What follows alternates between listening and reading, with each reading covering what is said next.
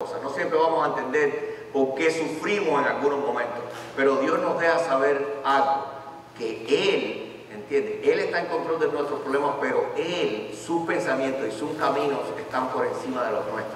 La Biblia también nos dice que un día conoceremos como somos conocidos, o sea, un día Dios te va a revelar a ti por qué te pasó cada una de las cosas que tú en este momento puedes hacer una pregunta que tienes. Tú puedes decir, Señor, ¿por qué yo he sufrido tanto? Señor, ¿por qué me ha pasado esto a mí? La Biblia te promete que un día Él te va a revelar. Y quizás tú te sorprendas de las cosas que Dios te quitó de arriba, aunque tú digas, ya lo mío es lo máximo de lo peor que le puede pasar a nadie. Quizás un día te enteres que te podía haber pasado mucho peor y Él en su gran misericordia te ayudó. Pero al final lo que quiero que ustedes entiendan es que muchas veces el hecho de que nosotros no entendamos el por qué no quiere decir que Dios está en control. Dios está en control siempre de todo nuestro sufrimiento, y eso es lo que dice la Biblia. Si seguimos aquí al punto 3, aquí nos dice que Dios nos sostiene en nuestro sufrimiento. Hermano, es mucho más difícil pasar por los problemas y los sufrimientos de nuestra vida si Dios no está con nosotros. O sea, cuando Dios nos sostiene, la Biblia nos dice que Él está ahí dándonos la fuerza que nosotros necesitamos para poder salir afuera de nuestro sufrimiento. Dice Isaías 46, 3, 4, dice, oídme, oh casa de Jacob, y todo el resto de la casa de Israel, los que sois traídos a mí desde el vientre, los que sois llevados desde la matriz, y hasta la vejez yo mismo, y hasta las canas os soporté yo. Yo hice que llevare, yo hice que os llevare, y yo soportaré y los guardaré. Hermano, la Biblia nos dice que desde el vientre de tu madre, Dios está en control de tu vida. Desde el vientre de tu madre, Él va a estar contigo. Él te va a soportar. Por supuesto, cuando tú decides seguirlo a Él y hacerte uno de sus hijos, el compromiso de Él contigo es que Él va a estar contigo siempre. Él te va a dar la fuerza para que tú puedas soportar todos los sufrimientos. Y acuérdense que todas las fuerzas, todos los sufrimientos son iguales unos para otros, hermano. La Biblia nos habla de que Él nos va a dar la fuerza que nosotros necesitamos para soportar nuestros dolores. Y ahí es donde tenemos que tener cuidado muchas veces, porque nos tentamos a juzgar, ¿entiendes? Cuando vemos una persona que está padeciendo este tipo de situación, y nosotros decimos, pero ¿por qué tú te afliges? Si eso no es nada, si a mí me está pasando esto y yo estoy bien. Bueno, quizás para esa persona es lo máximo que Dios le permite, porque de ahí para allá esa persona no puede soportar. Y para ti es un poco más alta la barra porque tú tienes capacidad para soportar. Pero Él dice que Él le va a dar a cada cual según su capacidad para soportar la tentación. Pero ahora, muchas personas nada más que tú le dices una palabra que le ofende y le puedes acabar el día. Hay personas que le ponen 2 galletas y 2 patadas y todavía están contentos.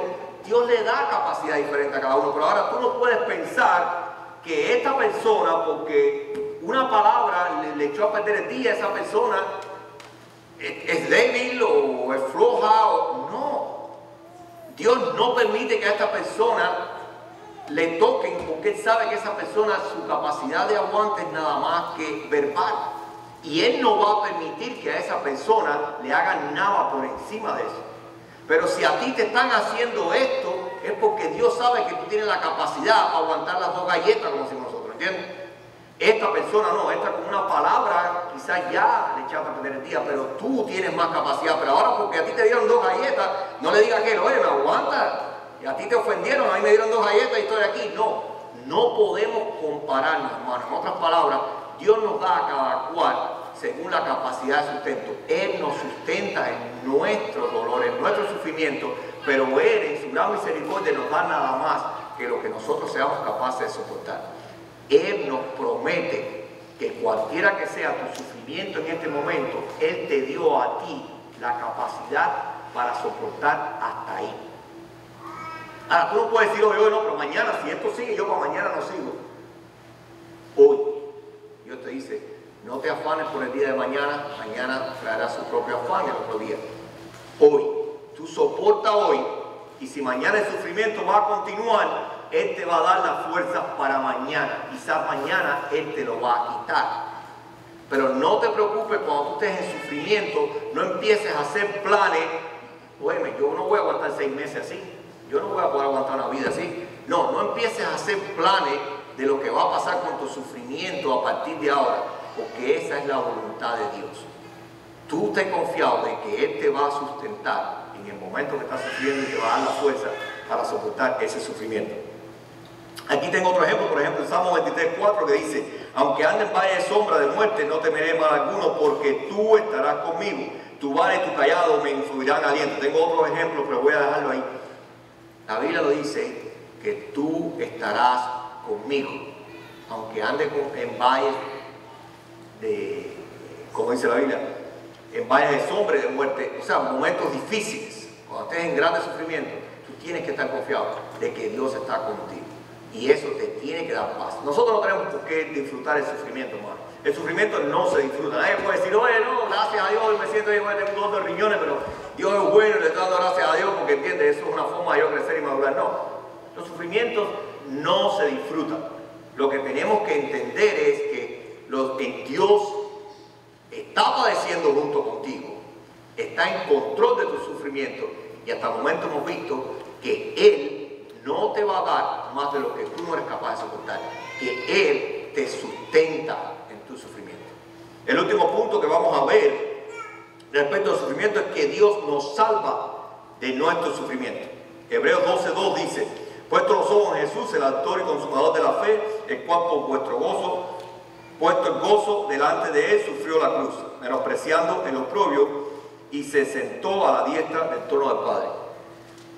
Señores, yo no me canso de decirnos siempre de que Dios no nos prometió un mañana. Él nos prometió una vida eterna. O sea, no importa cuáles sean los sufrimientos que nosotros vamos a tener en este mundo, lo que Dios nos tiene guardado está por encima de cualquier malestar, cualquier sufrimiento, cualquier problema que tengamos. Lo que Dios tiene para nosotros, hermanos, es mucho, mucho más alto que cualquiera que sean los problemas aquí en la tierra.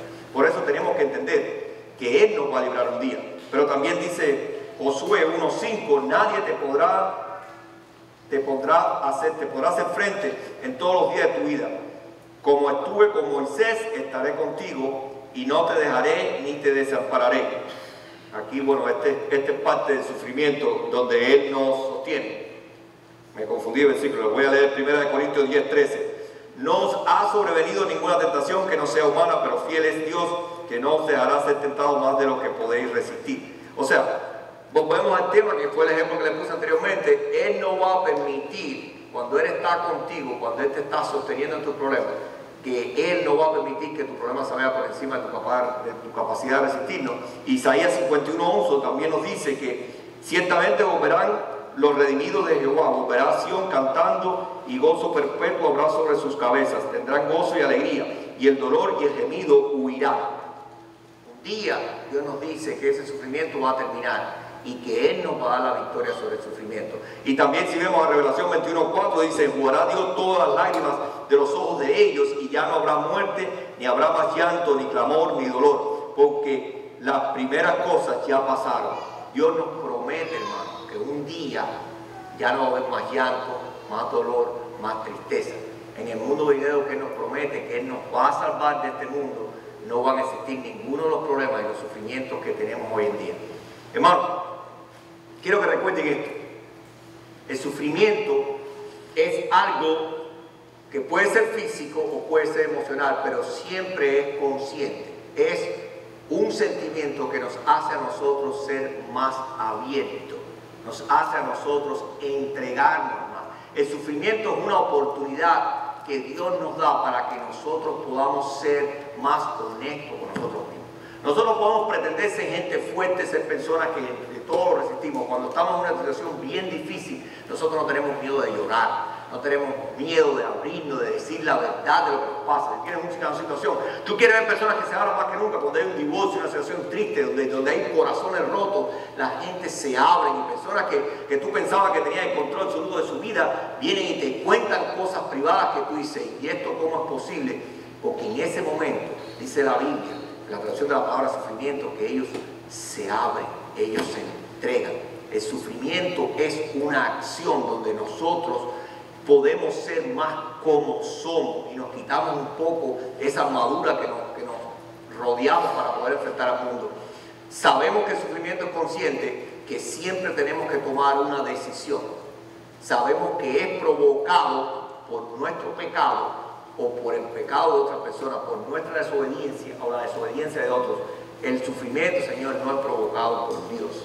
Inclusive en la Biblia, cuando se habla de que Dios hizo algo para castigar al pueblo de Israel, la palabra castigar automáticamente está diciendo que ellos desobedecieron y cayeron en pecado en contra de Dios. O sea que al final no fue Dios el que provocó ese dolor, ese sufrimiento, fue su pecado y su desobediencia los que hicieron que Dios derramara su furia sobre ellos. Pero la idea que quiero que ustedes entiendan es que el sufrimiento no lo provoca Dios. Nuestras enfermedades, nuestros problemas, nuestros sufrimientos son provocados por nuestra desobediencia y nuestro pecado, por la desobediencia y el pecado de otras personas, nunca provocado por Dios. Quiero que sepan también de que Dios usa nuestro sufrimiento para ayudarnos. Recuérdate que nosotros vivimos en un mundo donde esta es mi vida, este es mi trabajo, esta es mi familia y Dios está ahí. El domingo es de Dios para yo quedar bien, porque es como el seguro de vida. Dios es el handyman, es el que me resuelve los problemas. A mí se me rompió el refrigerador, de rodillas pedirle al Señor. El carro se me rompió, el Señor. Se me botaron el trabajo, Señor, no hace falta que me dé otro trabajito. Oye, un dolor de riñones, Señor. El Señor es el médico de guardia, es el carpintero, es la persona que está ahí para resolver tus problemas. Muchas personas vivimos en este mundo con ese concepto erróneo. Yo voy a Dios cuando necesito. Pero si todo me va bien, Dios no se empata conmigo. Cuando me acueste oro, si no estoy muy cansado, si no, ya tirado en la cama, digo, bueno, Señor, gracias por el día de hoy. Mañana dame otro como este, porque de verdad que he venido bien. Y se nos olvida, hermano, de que el control de nuestra vida lo tenemos nosotros, no Dios. Ahora, cuando los sufrimientos llegan, Dios dice, ajá, esta es la mía, te voy a demostrar que tú no tienes ningún control de nuestra vida. Que tú tienes trabajo porque yo te lo di. Tú tienes salud para trabajar porque yo te la permití tener. Tú tienes la familia que tú tienes porque yo te puse esa persona en el camino. Porque yo te permití que tu mujer pudiera tener hijos. Porque dice la Biblia que tener hijos es una bendición de Dios. Eso no viene automático porque eres mujer. Entonces, si tú empiezas a mirar todo lo que tú tienes, se lo debes a Dios. Y muchas veces no lo vemos así. Lo vemos como que Dios está ahí para cuando yo necesite algo, pero yo soy responsable de mi vida y yo tengo que hacer con mi vida lo que yo decida. Hermano, eso es un error. Entonces, cuando el sufrimiento y los problemas vienen en nuestra vida, es cuando Dios dice, bueno, ahora me toca a mí disciplinarte, hijo mío. Ahora me toca a mí enseñarte, hijo mío. Ahora me toca a mí, hijo mío, enseñarte que tienes que abrir los ojos y regresar a mí. Ahora me toca, hijo mío, escuchar tu perdón y tu arrepentimiento y salvarte. Porque, señores, al final terminamos, cuando caemos en los estados de sufrimiento más bajos de nuestra vida, es cuando más nos humillamos a Dios y es cuando más buscamos de Él. Desgraciadamente es así. Ahora, yo estoy seguro que Dios quiere que nosotros en los momentos buenos estemos alabando y bendiciendo su nombre y en los momentos malos también, porque Él nos dice que está contigo. Dice la Biblia que Él padece y sufre tu sufrimiento, que Él está en control absoluto, es soberano sobre tus sentimientos. Él dice que Él te sostiene sobre tus sentimientos, pero dice también que Él te libra. Señores, todos nosotros somos testigos aquí de los milagros que ha hecho Dios en nuestra vida, en nuestra familia, o amistades, o hermanos de la iglesia. Tenemos un sinnúmero de testimonios de cómo Dios nos libra de nuestros sufrimientos también. Entonces, sí, no solo Él te va a librar al final de la muerte, pero Él aquí te libra de los sentimientos. Ahora, para terminar, quería leerles algo, una lectura muy interesante acerca del escritor John R.W. Stott, acerca del libro La Cruz de Cristo. Y en este libro se hizo una obra de teatro pequeña donde el autor le cambió la perspectiva a las personas de ver a Dios. Dice así: al final de los tiempos, millones de personas estaban reunidos en la tierra ante el trono de Dios. La mayoría se tenían que cubrir los rostros para recibir la proyección de la luz que venía del trono de Dios. Divididos en grupos, comenzaron a hablar con resentimiento y odio respecto a Dios. Decían: ¿puede Dios juzgarnos a nosotros? ¿Qué sabe Dios de nuestros sufrimientos? Una jovencita pelirroja se rompe su manga de la blusa y muestra un tatuaje con un número que le habían puesto los nazis en el campo de concentración. Dice: nosotros tuvimos que soportar terror, golpiza, tortura y muerte en esos campos. En otro grupo, un niño se baja el cuello de su camisa y muestra cicatrices fuertes hechas por las sogas cuando lo arrastraban para ser linchado sin razón alguna. Y dijo: mi único crimen es que soy negro.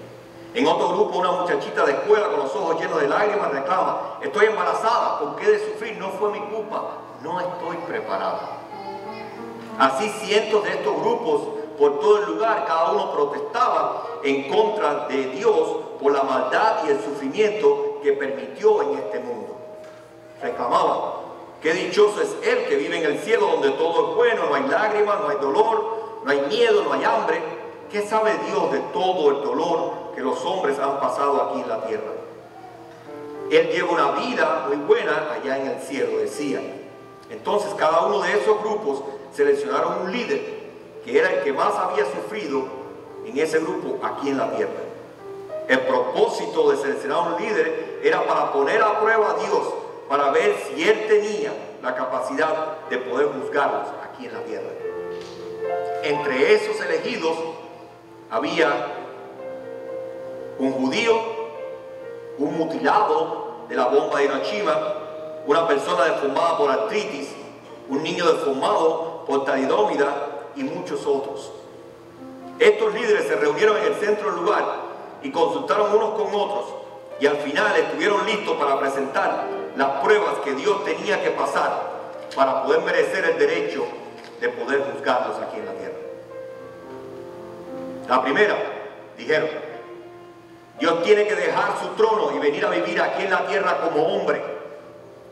Segunda, tiene que nacer de descendencia judía. Tercera, la legitimidad de su nacimiento tiene que ser cuestionable, que saben que eso era un deshonor muy grande para los judíos. 4, hay que darle una misión tan difícil de cumplir que hasta su familia piense que está loco cuando trate de hacerlo. 6, tiene que ser acusado injustamente. 7, tiene que ser condenado, torturado y humillado. 8, tiene que sentirse solo en los últimos momentos de su vida. 9, tiene que morir en agonía. Y por último, su muerte tiene que ser verificada por muchos testigos. Cuando los representantes comenzaron a anunciar sus condiciones y sentencias, grandes gritos de aprobación salían de la multitud. Pero a menudo que iban avanzando y terminando la lista, un silencio profundo comenzó a invadir el lugar. Nadie dijo una palabra más. Nadie se movió. En ese momento todos entendieron que Dios ya había servido su sentencia. Hermanos, nosotros sabemos que pasar por momentos de dolor y sufrimiento no es algo que buscamos en esta tierra, pero tenemos que entender que Dios está en control, que Dios sufre contigo, que Dios está en control de tu sufrimiento, que Dios te sostiene su sufrimiento y que Dios te va a salvar de tu sufrimiento. Si hay alguno aquí hoy que todavía no haya entregado su vida a Cristo y cree que este es el momento en que el Espíritu Santo le está diciendo: hijo mío, ven, yo quiero estar en control de tu vida, yo quiero estar en control de tus problemas y sufrimiento, que pase el frente y vamos a orar por él. Hay alguno que todavía no haya entregado su vida a Cristo y quiera hoy dar ese paso de fe y entregarle todos sus problemas, toda su vida y su sufrimiento a Dios. Si no, pongámonos de pie y vamos a orar. Y hoy vamos a entregarle a Dios todos los problemas, nuestros sufrimientos. Vamos a arrepentirnos, hermanos, si en algún momento lo juzgamos. Y vamos a decirle: gracias, Señor, porque tú estás conmigo en mis sentimientos, porque tú estás en control de ellos, porque tú me sostienes y porque tú me vas a liberar de ellos, Señor. Padre, te damos gracias por esta tarde, Señor. Te damos gracias porque tú eres bueno, tú nos amas, Señor, y porque tú nos guías, Señor, a través de tu palabra. Te damos gracias una vez más, Señor, por cada una de las familias aquí representadas, y te pido grandes bendiciones para cada uno de ellos, Señor. También te ruego, Señor, por los que no pudieron estar aquí hoy, Señor, que tú los traigas con bien la próxima semana, Señor. Te ruego, Padre, que tú, Padre, graves en nuestros corazones este mensaje, que sepamos, Señor mío, de que tú estás en control de nuestro sufrimiento, Señor. Que tú, Padre, usas nuestro sufrimiento muchas veces para ayudarnos, Señor. Y que tenemos que estar convencidos, Señor, de que tú nunca vas a permitir que estés por encima de nuestra capacidad de poder soportarlo, Señor. Te pedimos, Padre, que tú bendigas a nuestros enfermos, Señor, que tú seas con gloria, Señor, que tú seas con su familia, Padre, que tú seas con cada uno de los enfermos de esta congregación, de los enfermos de nuestra familia, aunque no estén aquí, Señor, y con todos los santos, Señor, alrededor del mundo que están padeciendo en este momento, Señor. Sé con ellos, Padre, ponle fuerza en sus corazones, ponle paz, Señor, de que tú estás en control en sus vidas, Señor. Pero más que todo, Señor, dale, Padre, ese aliento, Señor, de luz, que un día nosotros esperamos un mundo venidero que va a ser mucho mejor que este, Señor. Y lo que tú nos prometes, Señor, es mucho más de lo que nosotros ni siquiera podamos imaginarnos, Señor. Te damos una vez más gracias, Señor, por estar con nosotros hoy, Señor. Y te pedimos, Padre, que tú nos lleves con bien a nuestros hogares, Señor. Y te damos gracias por anticipado, por una semana más que tú nos vas a regalar de vida, Señor. Permite, Padre, que seamos instrumentos tuyos en esta semana, Señor. Y que todo lo que hagamos sea para alabar y bendecir tu nombre. En el nombre de Cristo damos gracias, Señor. Amén. Estamos despedidos.